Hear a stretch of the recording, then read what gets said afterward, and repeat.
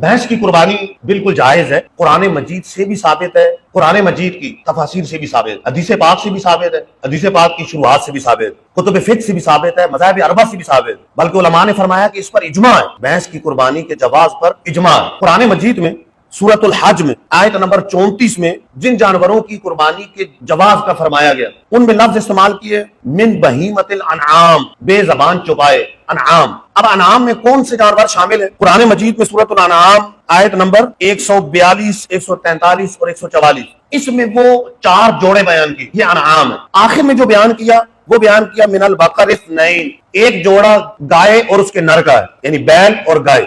इस आयत की तफसीर में तफसीर इब्न अबी हातिम के अंदर, तफसीर दुर मंसूर के अंदर और कई तफासीर के अंदर मौजूद है। हजरत लैस बिन अबी असलम फरमाते हैं कि अल जामूसु वल बुख्ती मिनल अज़वाज समानियत, कि भैंस और बुख्ती ऊंट भी इन्हीं 8 जानवरों के अंदर शामिल जिनकी कुर्बानी जायज। अब तफासीर ये कह रही है, मुफस्सिरीन ज्यादा समझते हैं कि यहाँ भैंस शामिल है या नहीं इस लफ्ज के अंदर। हदीस पाक में सुनन नबी दाऊद शरीफ की हदीस पाक है, सरकार दो आलम सल्लल्लाहु अलैहि वसल्लम ने इरशाद फरमाया अल बकरतु अन सबअतिन, गाय 7 की तरफ से कुर्बान हो सकती है। अल बकरा का लफ्ज आया, ये अरबी का लफ्ज है, इसका माना क्या है? ये अरबी लुगात बताएंगे, बड़ी मशहूर पुरानी लुगत लिसानुल अरब और ताजुल उरूस और अल मुअजमुल वसीत के अंदर मौजूद है वल जामूसु नौउन मिनल बकर, कि जो जामूस है, भैंस है, वो गाय की जिन्स में शामिल, वो लफ्ज बकर हो या लफ्ज बकरतु अल बकरतु हो, उसके अंदर भैंसा और भैंस शामिल। हजरत अली रज़ी अल्लाह तआला अन्हु से एक रवायत मरवी है, मुस्नदुल फिरदौस के अंदर मौजूद है, और यही रवायत अल्लामा मनावी ने भी नकल की। हजरत अली रज़ी अल्लाह तआला अन्हु फरमा रहे हैं अल जामूस अन सबअत,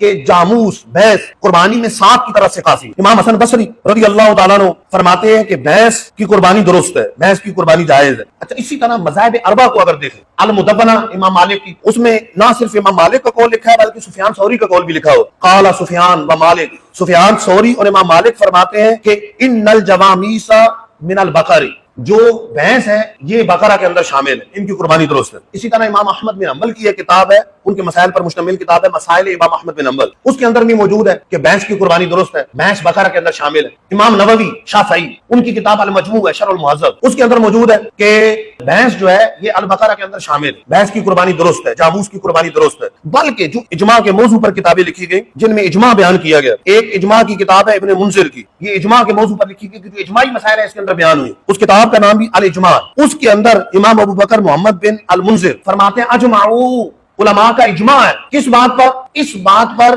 कि जो जामूस है, जो भैंस है, वो बकरा के अंदर शामिल है, उसकी कुर्बानी दुरुस्त है। इसी तरह इब्न कुदामा हम्बली अल मुग़नी उनकी मारूफ किताब है, उसके अंदर इन्होंने भी इजमा नकल किया। फरमाते हैं तमाम अहले इल्म का इस बारे में इजमा है कि भैंस की कुर्बानी दुरुस्त है, किसी का इसमें इख्तिलाफ मरवी नहीं। तो आप देख लें, अगर हम ऊपर से आते हैं कुरान पाक से साबित, उसकी तफासीर से साबित, हदीस पाक से साबित, हदीस पाक में बकरा का लफ्ज आया, लुगात से साबित, लिसानुल अरब तारुजुल उरूज, अच्छा मौला अली से साबित, इमाम हसन बसरी ताबई से साबित, अच्छा इसी तरह इजमा से साबित। इजमा पर जो लिखी गई किताबें हैं उनमें मौजूद है कि इजमाई मसला है चारों मज़ाहिब में, चाहे अनाफ हो, मालिकिया हो, शवाफे हो, अनाबला हो, सबके नजदीक भैंस की कुर्बानी दुरुस्त है। तो पूरी उम्मत का गोया कि इजमा है कि भैंस की कुर्बानी दुरुस्त है। तो अब भी इस इजमा के खिलाफ कोई अगर राह इख्तियार करता है तो वो खर्के इजमा करने वाला, इजमा से हटने वाला है और मुसलमानों में फितना पैदा करने वाला।